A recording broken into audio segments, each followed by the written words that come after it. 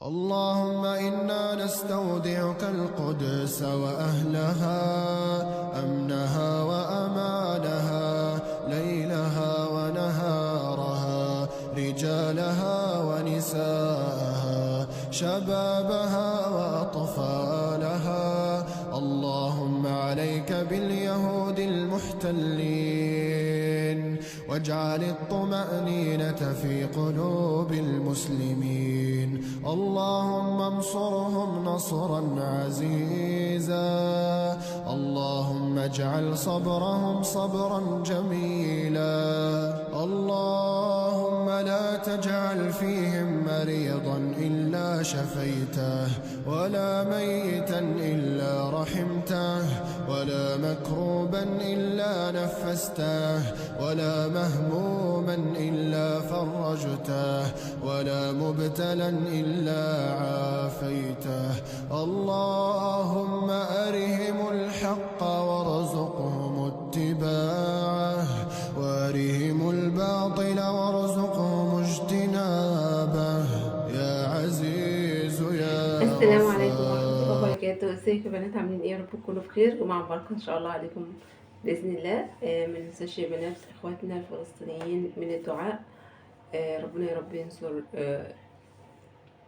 فلسطين واهل غزة، يا رب يرحم شهدائنا. هحكي لكم دلوقتي يا بنات في اخر الفيديو ان شاء الله، في نص الفيديو كده، على حلم انا حلمته. آه، اتمنيت لو انا كنت واحدة من الشهداء دول، بجد والله. الحلم اللي انا حلمته وربنا سبحانه وتعالى بعت في قلبي وطمأنينة غير طبيعية. تمنيت لو أنا كنت واحدة من الشهداء دول. أول حاجة كده، احنا النهاردة زي ما انتوا شايفين كده، طبعا المطبخ متغير وكل حاجة متغيرة. احنا في المطبخ، ايه، احنا في راس البر. تمام. أول حاجة كده، النهاردة بإذن الله عازمين مامة جوزي. فاحنا ان شاء الله باذن الله كده هنبدا اليوم من اوله كده مع بعض، وهوريكم كمان انا عملت اكل ايه وكده. بس اول حاجه كده، جوزي جاب لي شويه مشتريات كده، بصراحه مش عارفه الاسعار ايه. بس هنا الاسعار يعني في راس البر بتبقى اغلى شويه من دمياط. بس انا هوريكم الحاجات اللي هو جابها وهبتدي ان انا احضرها معاكم. اول حاجه كده، جاب عنب، وجاب برضه موز، وجاب كمان جوافه. هي الحاجة صبحة وجميلة ما شاء الله، اللهم بارك. الحاجة ما شاء الله ما شاء الله ما شاء الله، حلوة جدا. جاب كمان كاكا، لسه طيبين كاكا. دي كمان بقى في الخضار، ده فلفل. وجاب دي تقريبا كزبرة، معرفش يعني في الحقيقة، يعني بتلخبط بين الكزبرة والبقدونس، بس دي تقريبا كزبرة لاني انا هطبخ النهاردة قلقاس، فتقريبا جايب كزبرة يعني. وجايب برضو طماطم. الحاجات دي كلها دلوقتي هعملها معاكم. جايب كمان قلقاس، بنات قلقاس. هعمله دلوقتي بطريقتي، وهتشوفوا طريقتي في القلقاس عامله ازاي. وجايب ليمون، ومعرفش هو متوصم بيه بالشطه في كل حاجه ليه، يعني هنا في وكمان بصل عشان النهارده هعمل ان شاء الله معاكم باذن الله بط. وهتبقى يعني عارفين البط الدمياطي بيتعمل بالمرتة. تمام. كمان بهارات، ملح يعني فلفل وكمون وملح. بس يا بنات، هي دي المشتريات اللي جايبها لي دلوقتي من السوق. نزل جايبها لي من السوق كده على السريع، علشان انا محتاجه شويه حاجات هنا. طبعا البيت هنا في راس البر فاضي تماما، مفيش فيه اي حاجه خالص. فانا هو جاب لي كده شويه حاجات عشان اللي انا هحتاجها النهارده يعني. السلام عليكم، ازيكم يا بنات؟ عاملين ايه؟ يا رب تكونوا بخير. وحشتوني جدا جدا يا بنات من الفيديو الاخير. ان شاء الله باذن الله النهارده كده زي ما قلت لكم هنعمل شويه تحضيرات بقى مع بعض كده على السريع، بسرعه بسرعه كده، علشان الحق اخلص قبل ما ماما تيجي، يعني علشان يبقى يعني كل حاجه انا مخلصاها، يعني يتغدوا على طول ان شاء الله. انا اول حاجه كده بدات ان انا اغسل بقى الخضار اللي جاي لي، الخضار والفاكهه اللي جايين لي، ابتدي ان انا اغسلهم. بس للاسف احنا كنا هنا حوالي الساعه 8 الصبح، ولكن الكهرباء قطعت، وانا معرفش بقى في راس البر الكهرباء بصراحه بتقطع امتى. انتوا عارفين ان كل منطقة دلوقتي بيقطعوا مثلًا الكهربا فيها ساعة، ساعة ونُص كده، فأنا ما كنتش أعرف الكهربا بتقطع إمتى يعني في راس البر.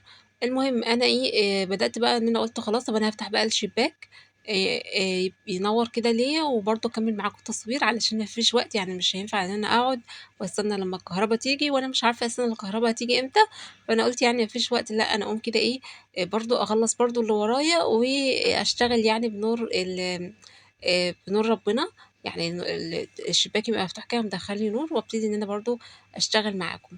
هنا برضه يعني زي ما أنتم شايفين كل الفاكهة باغسلها، باخد كل واحدة من الفاكهة يعني كده أغسلها بين إيديّا كويس جدًا، جدًا، طبعًا أنتم عارفين إن الحاجات دي بتترش سماد وحاجات من دي وبيقف عليها حشرات أكيد وكده، فلازم نغسل الخضار والفاكهة بتوعنا كويس جدًا، جدًا عشان الأولاد وعشان إحنا كمان يعني وعشان ده المفروض إن هو يحصل، فأنا باغسل الحاجة كويس جدًا، طبعًا ما عنديش طبق غويط هنا في راس البر علشان أحط فيه حاجة بصراحة، يعني الأطباق الغويطة اللي عندي بصراحة صغيرة، فما كانش ينفع إن أنا أحط فيها الفاكهة وأغسلها، فأنا جِبت الطبق ده يعني اشتغلت فيه تمام يعني الدنيا تمام معايا يعني.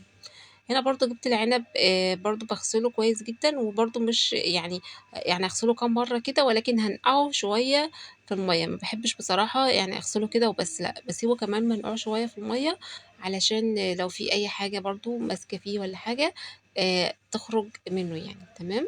هتشوفوا دلوقتي أنا هاحطه على جنب كده برضه بالمَيّة. طبعًا عشان أنا مسرّعة لكم الفيديو يا بنات هيبان معاكم إن هو سريع، إن أنا باشتغل بسرعة، يعني إن أنا باغسل الحاجة بسرعة، لكن طبعًا لأ، الفيديو بيبقى سريع، يعني أنا بابقى مسرّعة الفيديو لكن في الحقيقة بيبقى يعني لأ، باخد كل حاجة كده بين إيدي، باقعد فيها شوية وقت حلوين يعني. هنا برضه جِبت القلقاس بتاعي، خلاص كل حاجة كده أنا حضّرتها، مش عارفة بصراحة خلّصت كل حاجة والّا لأ. بس باصوّر الفيديو بعد كده، فما بابقاش عارفة بصراحة أنا ممكن أكون عملت إيه في الفيديو يعني، بس تقريبًا خلاص خلّصت الخضار والفاكهة وحطيتهم على جنب بقى الحاجة اللي هتتصفّى وكده، طلّعت كل حاجة من الأكياس يعني، وباجيب القلقاس بتاعي باغسله كويس جدًا، جدًا، جدًا، لو في طين أو أي حاجة باغسله كويس أوي، أوي، ما باخلّيش فيه أي حاجة خالص، وباجيب كده فوطة واسيبه على الفوطة يتصفّى، باغسله أول ليه يا بنات علشان أنا بعد كده مش هاغسله خلاص، يعني باغسله كويس جدًا، جدًا، جدًا قبل ما أقشّره، لإن بعد التقشير خلاص مش باغسله. دلوقتي هاورّيكم أنا باعمل فيه إيه. هي ماما بصراحة هي اللي قايلة لي على الطريقة دي، أنا كنت زمان باغسله عادي، يعني كنت باغسل القلقاس عادي، بس ماما قالت لي: "لأ ما تغسليهوش المادة اللي فيه دي اللي هي اللزجة دي بتزيد معانا كل ما إحنا بنغسله، لكن لمّا ما بنغسلوش بتقِل معانا." تمام؟ خلاص باورّيكم بقى الحاجة بعد ما خلّصتها، هنا كنت حاطة القلقاس على الفوطة زي ما أنتم شايفين كده يتصفّى، وكمان الخضار والفاكهة اللي موجودين معايا بقى هابتدي بقى إن أنا آخُدهم كلّهم أحطّهم في التلاجة، تمام. هنا بقى طلعت برّه كنا حوالي الساعة بقينا 09:00 فقُلت كده أطلع أقف في البلكونة أشرب كوباية شاي كده وأفوّق كده وبرضه إيه، أورّيكم اللي أنا شُفته، يعني اللي أنا صعقت منّه. لمّا جينا امبارح يوم الخميس لقيت يا بنات الحديقة زي ما أنتم شايفين كده، كل الشجر اللي فيها مقصوص، يعني الجنايني اللي بييجي يعمل لنا الجنينة بيسقيها وكده وبيحط لها مَيّة، إحنا يعني شُفنا واحد يشوفها لقينا الشجر فيها والحاجات فيها بتموت، فما كناش عارفين إيه السبب بصراحة، ف جِبنا جنايني يشوف الحديقة ويهتم بيها شوية لمّا تفوق كده وبعد كده نبقى إحنا نهتم بيها، تمام. وعشان كمان إحنا مشينا فما بقيناش دايمًا موجودين قدّام الحديقة بنشوف مثلًا هي محتاجة إيه وكده، لأ ما بقيناش موجودين، فقُلنا خلاص بيبقى في واحد جنايني يعني بيبقى ماسك المنطقة، فقُلنا له خلاص اهتم أنت بقى بالحديقة، فجينا لقيناها بالمنظر ده. قَص طبعًا كل الشجر، قال كده الشجر أحسن هيتقل معانا، وكمان شال أي بقى شجر مات تحت الريحان، في ريحان كان مات كتير يعني راحت خلاص، للأسف بقى هو بقى شالهم يعني قال خلاص ما عادش هيطلعوا تاني، فشالهم يعني وضبّط الدنيا إن هو إيه، خلاص يبتدي بقى إن هو يسقيها هو بقى ويهتم بيها هو. بس زعلت جدًا، جدًا، لإن كان الشجر بيطلع لي كده يا بنات لحد البلكونة وأنا قاعدة باقعد على المرجيحة كده وباشوف الشجر بيبقى قدّامي وأنا باحب الحاجات يعني باحب الخضرة جدًا، جدًا، باحب الحاجات اللي لونها أخضر جدًا، جدًا، بتدّيني طاقة إيجابية، فزعلت. فأنا قُلت خلاص مش مشكلة هو كده، كده يعني هيرجع يكبر تاني. هنا بقى كنت غسلت البَط كويس جدًا، جدًا، هو ذكر بَط بس، بس ما شاء الله زي ما أنتم شايفين ما شاء الله الله أكبر يعني كبير. فأنا غسلته كويس جدًا، جدًا، وكنت نقعته في المحلول يعني كمان الليمون قدامكم أهو في الحوض، وليمون ودقيق وملح بقى وكده، وضبّطته وغسلته كويس جدًا، جدًا ونضّفته من جوّه بقى زي الفل، بقى كل حاجة تمام يعني، ما سِبتش أي حاجة فيه زي ما أنتم ما شايفين. أنا قرّبت لكم منه الكاميرا أهو عشان تشوفوه ما شاء الله، ما شاء الله. هو كان جاي على فكرة ما كانش نضيف كده، أنا نضّفته كويس، يعني بصراحة اللي كان جايبه ما كانش منضّفه كويس خالص، خالص، خالص يعني يا بنات. كان من جوّاه حاجات كتير جدًا وما كانش نضيف خالص، بس أنا يعني ضبّطته ونضّفته وخلّيته زي الفل. خلاص بقى غسلت الحوض مكان بقى ما أنا غسلت البَط وكده. يعني لازم أغسل الحوض معايا كويس جدًا، جدًا، وأي حاجة بقى استخدمتها أغسلها كويس. وبعد كده جِبت معايا بصل. بصراحة أنا كنت جايبة معايا الكَبّة يعني إن أنا أفرُم البصل في الكَبّة، يبقى على السريع كده وبسرعة. لكن برضه هنا لسه برضه الكهربا ما جاتش، فأنا خلاص قُلت بقى خلاص أخرّط بقى البصل على إيدي وأحاول كده إن أنا أخرّطه ناعم علشان يستوي معايا يعني في البَط. بدأت إن أنا بقى أخرّط البصل معايا كويس جدًا، يعني أخرّطه تخريط صغير كده. وطبعًا أنتم عارفين البصل وعمايله، يعني قعدت أعيّط كتير، كتير، كتير، وكان الموضوع صعب أوي. البصل كان حار جدًا، فمش مشكلة بقى قعدت بقى أخرّطه يعني عشان كنت مستعجلة وكنت لازم أخلّص يعني أخلّص الأكل بسرعة يعني. أنتم عارفين إن البط بياخد سِوَى كتير على النار، فأنا قُلت لازم أخلّص الأكل بسرعة وورايا لسه حاجات كتير وورايا البيت وورايا حاجات كتير. فأنا لازم إيه، وماما تيجي كده تلاقي كل حاجة زي الفل حواليّا وتلاقي البيت خلصان وتلاقي الأكل خلصان عشان تعرف إن مرات ابنها يعني سِت بيت شاطرة. آآ المهم بقى هنا إيه، يعني خرّطت بصلتين بس، قُلت كفاية. أنا عايزة طعم المَرتة بس، مش بصراحة مش بناكل البصل أوي يعني، الأولاد مش بيحبوه أوي، ويعني فيه وفيه وما بنحبوش أوي يعني، بس إحنا بنحب بس إن هو بيبقى مدّي طعم آآ يعني مدّي طعم للبط وكده. ولازم البط دمياطي يتعمل له المَرتة وتمرطي البصلة كويس جدًا، جدًا. وتحطّي طبعًا باحط الملح بتاعي، باحط فلفل وكمون، وباحط يعني فلفل وكمون وملح وزيت. وطبعًا لو عندِك زبيب بيبقى حلو جدًا برضه بالزبيب. المهم يعني أنا أخدته دعكته كويس جدًا، جدًا، جدًا، جدًا. وبعد كده حشيت يعني حشيت بيه البط كده. أنا عاملة معاكم قبل كده البط الدمياطي يعني. بصراحة كنت عايزة أغيّر المرّة دي وأعمل حاجة تانية، بس يعني برضه علشان ما جرّبتش إن أنا أعمل بَط بصراحة في الفرن، كنت قلقانة شوية. فما حبيتش بصراحة إن أنا أجرّب التجربة دي غير لمّا أكون يعني أجرّبها في بَط أصغر من كده وما يبقاش في عزومة، يعني ما يكونش في عزومة أجرّب التجربة دي ممكن تفشل معايا يعني. فأنا حبيت إن أنا أعملها كده خلاص على طول زي ما باعملها يعني وزي ما ماما بتحبها يعني. وعمتي طبعًا جوجو بيحبوها كده، فأنا عملت زي ما هُم بيحبوها يعني، وإحنا بنحبها برضه كده، وجوزي طبعًا بنحب البَط الدمياطي كده بالطريقة دي. خلاص هنا بقى كانت الكهربا جات. طبعًا أنتم عارفين يا بنات إن أنا أي حاجة يعني فراخ، بَط، أي حاجة من الحاجات دي لازم أول حاجة أغليها، يعني أحطها في مَيّة مغلية كده تاخد غلوتين تنزّل أي ريحة فيها. بصراحة باحس إن ريحة البَط أو الفراخ أو الحاجات دي بيبقى فيها ريحة العلف. عارفين يا بنات العلف بتاع مش عارفة أنا باشمّها، ولو أنتم جرّبتوا برضه إن أنتم تغلوا المَيّة بتاعة الحاجات دي وتكبوها هتشموا ريحة المَيّة متغيّرة، يعني قبل ما تحطّي فيها بقى المستكة والحبّان والحاجات دي طبعًا فعلًا، فعلًا، فعلًا، فعلًا هتحسّوا بريحة المَيّة متغيّرة. فأنا حبّيت يعني عملتها كده أول طبعًا كنت أول ما بدأت إن أنا أشتغل في البَط حطّيت إيه، مَيّة على النار تغلي وبعد كده خلاص بقى يعني شوّحتها بقى.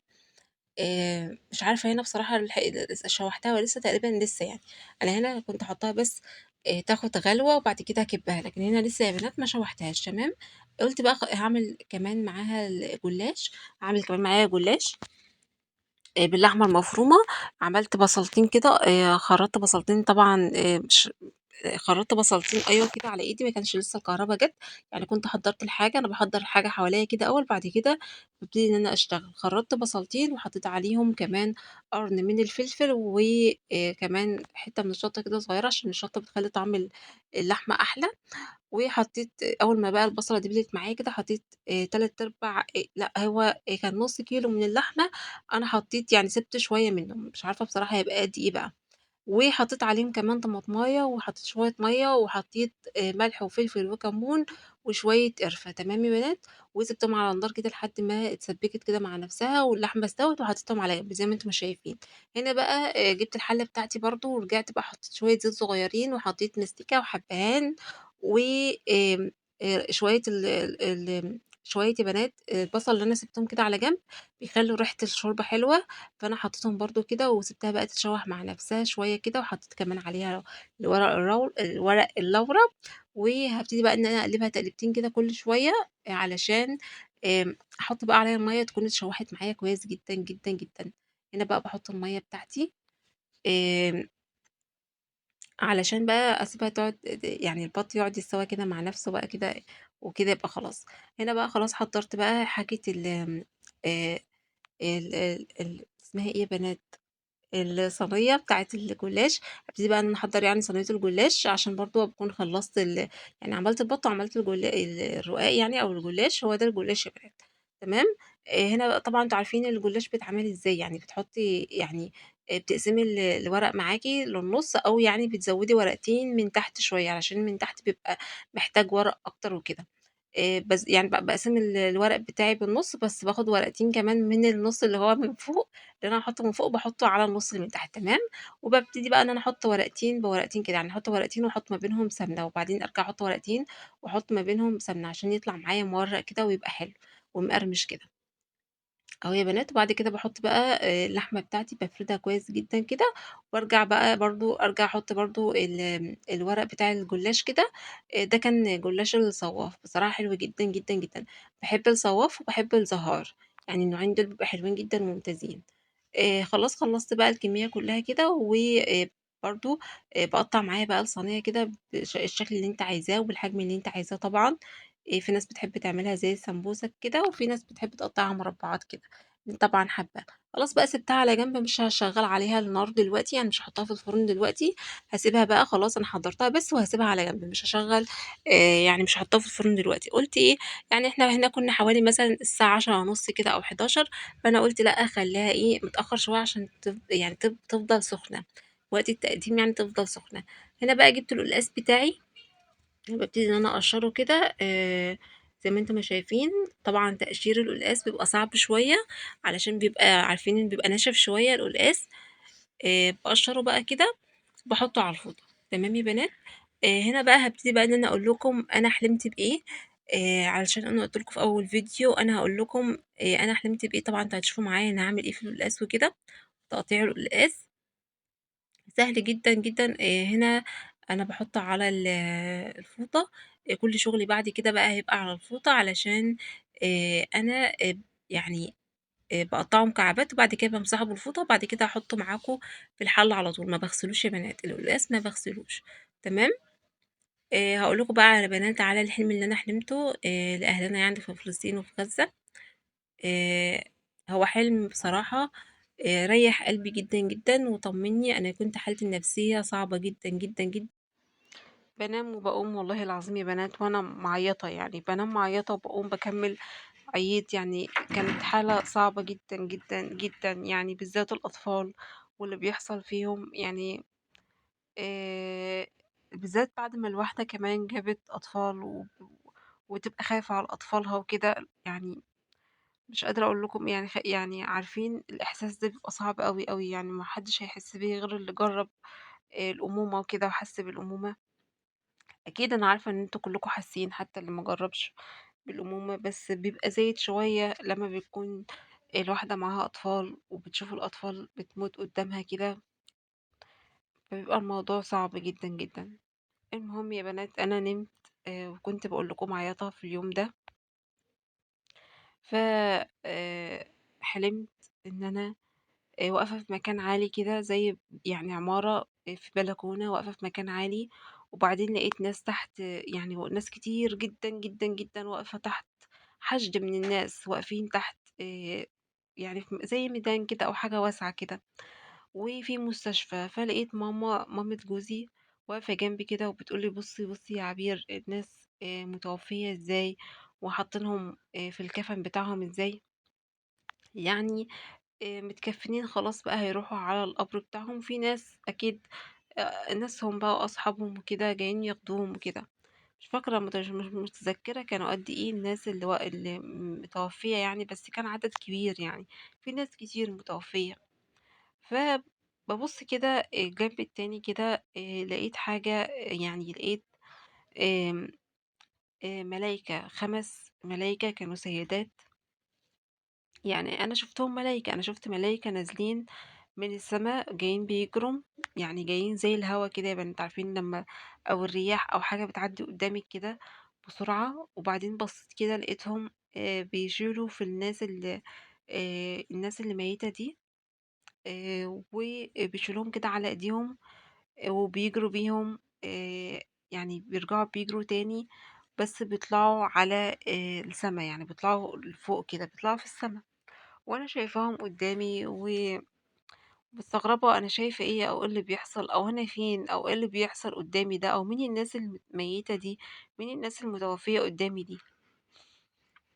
المهم بابُص جنبي كده، رجعت أبُص كده جنبي تاني، لقيت في البلكونة يعني وأنا واقفة، لقيت واحدة سيدة كده، يعني سِت كده، يعني عارفين سيدة من اللي هُم بتحسّي يعني بتحسّيهم ناس طيبين أو ناس بتوع ربنا كده، فباقول لها: "هو إيه اللي بيحصل؟ هو أنا فين؟ والّا إيه اللي بيحصل ده؟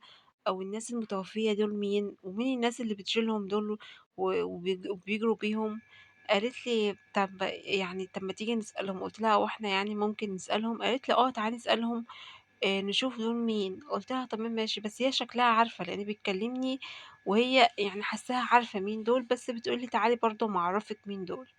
إجوا السيدات دول وقفوا قدّامي كده وكانوا لابسين نقاب، كانوا لابسين نقاب أبيض وخمار أبيض، ما كانش باين من ملامحهم أي حاجة خالص، خالص، ولا حتى عينيهم، هُم يعني ملايكة واقفين، مش شايفة غير نور خارج منهم كده، وهُم لابسين أبيض في أبيض، ما فيش أي حاجة، بس أنا عارفة إن هُم سيدات، يعني هُم سيدات نساء يعني، كانوا 5 وبعدين قالت لي: "طَب يعني تيجي نسألهم؟" قُلت لها: "ماشي نسألهم." فباسألها باقول لها: "هو أنتم مين وجايين هنا ليه وبتعملوا إيه وإيه اللي أنتم بتعملوه ده؟" وأنا عارفة إن هُم ملايكة، بس ما أعرفش هُم ليه ملايكة نساء، وهُم بيشيلوا مين من على الأرض، وأنتم عارفين لمّا بتكون الواحدة في حلم هي في حلم مش طبعًا أنا عارفة الأحداث اللي بتحصل حواليّا وكل حاجة في الحقيقة، بس في الحلم أنتِ ما بتبقيش عارفة حاجة يعني. فراحت قالت لي واحدة منهم، آآ هُم ردّوا عليّا 3، قالت لي واحدة: "أنا زوجة سيدنا محمد عليه أفضل الصلاة والسلام." وواحدة تانية ردّت عليَّ وقالت لي: "أنا زينب." وواحدة تانية قالت لي: "أنا عائشة." بس اللي هي ردّت عليَّ في الأول دي قالت لي: "أنا زوجة الرسول عليه الصلاة والسلام." وما قالتليش اسمها. قُلت لها بصّيت أوي كده استغربت، قالت لي: "آه، إحنا جايين ناخد الأطفال الشُهدا وبنطلّعهم فوق الجنة، ناخدهم معانا الجنة." ف يعني شُهدا مين الشُهدا دول مين؟ يعني باقول لها: "مين الشُهدا دول اللي أنتِ بتاخديهم؟" قالت لي: الشهداء الموجودين في غزة." آآ قُمت من النوم، يعني صحيت على طول من الحلم، باعيّط عياط هستيري على الحلم، يعني الحاجة اللي أنا اتمنيت، يعني بجد، بجد اتمنيت لو أنا كنت واحدة من الشهدا دي وآخُد المكانة اللي هُم أخدوها أو الشرف اللي هُم نالوه بإن هُم مثلًا عارفين يعني إيه زوجات الرسول عليه الصلاة والسلام، هم اللي بيحملوهم ويطلّعوهم الجنة. أكيد الحلم ده مش حلم كده وخلاص، أكيد، أكيد، أكيد مش حاجة يعني مش حاجة مش حاجة عارفين، ما هياش حاجة اللي ممكن تعدّي كده وخلاص، لأ، أنا قُلت أقول لكم الحلم عشان تشوفوا آمم الأطفال دول أو الناس دي كلّها مكانتها عاملة إزاي. يعني أنا كل ما بافتكر الحلم، أنا عامةً الحلم ما بيروحش عن بالي خالص، كل ما أفتكر الحلم وكل ما أفتكر الناس يعني المنظر اللي أنا شُفته و وزوجات، يعني عارفين يا بنات يعني إيه زوجات الرسول، هم اللي بينزلوا بنَفْسهم ياخدوا الأطفال دول ويطلّعوهم الجنة، قد إيه أنا ارتحت، قد إيه أنا قلبي بِرِد، يعني أنا كنت مقهورة، مقهورة يا بنات والله العظيم، يعني أنا كنت بانام وباقوم وأنا مقهورة، لدرجة إن أنا بقيت ما عُدتش عايزة أدخل على أي مواقع تواصل اجتماعي أتفرّج أو أشوف أي حاجة من اللي أنا كنت يعني من اللي أنا كنت باحس بيه، اللي أنا عايزة عايزة أعمل حاجة ومش عارفة عارفين ما فيش في إيدينا غير بس إن إحنا ندعي لهم أو إن إحنا يعني ندعي بس، ما فيش حاجة بإيدينا تانية نعملها والكل واقف حوالينا ما ساكت ما حدش بيعمل حاجة وهُم بيموتوا، يعني بيموتوا وهُم حاسين قد إيه بخوف وحاسين قد إيه برعب وبيموتوا، يعني بيموتوا، بس أكيد ربنا بعت لي الحلم ده عشان يطمنّي وأكيد ربنا آآ ما أعرفش ممكن يكون الحلم ده برضه عشان أعرّفكم أو أقول لكم على اللي بيحصل أو اللي الناس دي يعني هُم فيه، ممكن وجودهم على الأرض كان أصعب بكتير، يعني هُم نالوا الشهادة أحسن. ممكن الأطفال دي تكون في حياتها متعذّبة وشايفين حاجات إحنا يعني مش عارفين عنها حاجة. طبعًا مش كل حاجة بتتنشر بينشروا اللي على مزاجهم، طبعًا أنتم عارفين الكلام ده. أنا واحدة كنت منزّلة فيديو عشان التضامن اللي هو بتاع القضية الفلسطينية، ولكن هُم ما رضوش بالنشر خالص، عملوا لي حظر إن أنا ما انشرش أي حاجة من الحاجات دي، ومش عارفة ممكن على الفيديو ده ييجي لي إيه ومش مهم، مش مهم اللي هيحصل، بس أنا حبيت أحكي لكم الحلم علشان أعرّفكم تبقوا عارفين إن الناس دي أو الأطفال دول زوجات الرسول عليه الصلاة والسلام هم اللي أخدوهم للجنة. دي حاجة فرّحتني جدًا، جدًا، جدًا وخلّتني أحس بإحساس إن أنا بقيت مرتاحة، يعني ما نزعلش، يعني كل الأحداث اللي بتحصل دي ت يعني بتقطّع قلوبنا، بس هُم الناس دي خلاص في الجنة مع رسولنا الكريم محمد صلى الله عليه وسلم، والأطفال دي زوجات الرسول بيهتموا بيهم، ويعني أنتم أكيد آآ أكيد، أكيد، أكيد هُم كده، أكيد أنا عارفة الحلم ده مش جاي لي كده وخلاص. زوجات الرسول عمرهم ما يعني عمر الشيطان ما يتجسد فيهم. ولا أي كلام ييجي لي من الكلام ده غير لمّا يكون حقيقي. أنا حكيت الحلم وطوّلت عليكم أنا عارفة، ومعلش لو كنت باعيّط، بس كل ما بافتكر الحلم ده بجد بابقى نفسي يعني باقعد أعيّط كده من بابقى يعني والله العظيم العياط ده بيبقى فرحة من اللي هُم فيه، يعني بابقى مبسوطة جدًا، جدًا، جدًا إن أنا شُفت حاجة زي كده، وفرحانة إن أنا حلمت بحلم زي ده. أنا لحد دلوقتي باتعب من الفيديوهات وباشوف حاجات وباتعب منها وباتأثّر، بس بارجع أفتكر الحلم وأقول لأ خلاص هُم في مكانة أحسن من اللي هُم فيها على الأرض، وأكيد ربنا أخدهم فوق علشان هُم يكونوا مرتاحين من الظلم اللي هُم بيشوفوه. فأنا خلاص ما عُدتش هاتعب وما عُدتش هاعيّط علشان أنا حسّيت خلاص عرفت خلاص واتأكدت إن هُم في مكانة كويسة جدًا، جدًا. أنا عارفة إن الشهدا كلّهم في الجنة، بس اللي فرّحني ويعني أنا عارفة وكلّنا عارفين إن أي شهيد مكانه في الجنة وكلّنا عارفين الكلام ده كويس جدًا، جدًا، بس إن زوجات الرسول عليه أفضل الصلاة والسلام هم اللي بينزلوا ياخدوهم بنَفْسهم، ده شرف وحاجة عظيمة جدًا، جدًا، جدًا. ما كنتش متخيلة إن حاجة زي دي ممكن تكون بتحصل، بس فعلًا، فعلًا حاجة والله العظيم، والله العظيم ريحتني جدًا، جدًا، جدًا، وأنا قُلت لازم أحكيها لكم. طوّلت عليكم كتير جدًا، جدًا في الحلم ده، بس كان لازم أقوله يعني. هنا بقى كنا خلاص اتغدينا والحمد لله طبعًا شُفتوا كل حاجة حصلت في الفيديو. أنا عملت الخضار يعني والقلقاس، وكمان عملت الرز وحمّرت الجلاش معاكم كمان، وعملت كمان البَط وكده، وخلّصت كل حاجة الحمد لله، وبعد كده اتغدينا، وكنت كمان روّقت البيت وخلّصت كل حاجة في البيت، واتغدينا، وهاجر دخلت عملت المواعين. هاجر اللي هي عمتي، أخت جوزي يعني. لمّا واحدة بتعمل الغدا، التانية بتعمل المواعين، كلنا يعني يعني بتغسل المواعين، كلنا بنساعد بعض يعني، ما فيش حد بيتعدى على حد. يعني كلنا يعني بنرحم بعض، يعني واحدة مثلًا بتغسل مواعين، واحدة تانية بتروّق، واحدة تانية بتعمل الغدا، زي ما قُلت لكم في فيديوهات تانية كتير، ودايمًا ماشيين كده يا بنات، ما بنعملش غير كده الحمد لله. فاللي بتعمل المواعين هنا بتعمل كمان الشاي، يعني بتعمل المواعين بتخلّص المواعين وبتعمل الشاي على طول.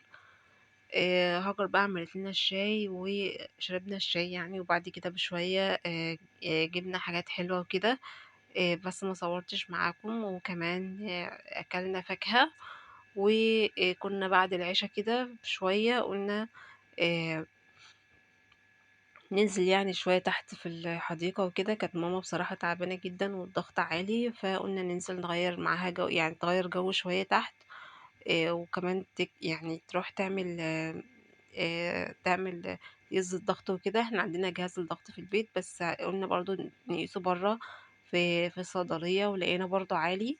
ادعوا لها يا بنات ربنا يا رب يشفيها ونعرف الضغط بيعلى من إيه، لإن إحنا مش عارفين الضغط بيعلى من إيه. هنا بقى زي ما قُلت لكم نزلنا تحت في الحديقة قعدنا شوية. يعني زي ما أنتم شايفين الحديقة ما عادش فيها شجر وكده، الشجر قَل بس إن شاء الله يطلع بإذن الله. هنا كنت باشاور لكم أهو أنا ده، وهاجر كمان كانت معايا، وكانت ماما في الوقت ده بقى بتقيس الضغط، وإحنا كنا قاعدين أنا وهاجر بس، الأولاد كانوا نايمين يعني، فكنا قاعدين لوحدنا في هدوء تام. كنا العيال كانت نامت يعني. بس هو ده كان الفيديو يا بنات. أشوفكم إن شاء الله في فيديو جديد على خير. يا رب الفيديو يكون عجبكم، وأشوفكم إن شاء الله في فيديو جديد على خير. والسلام عليكم ورحمة الله وبركاته. باي باي.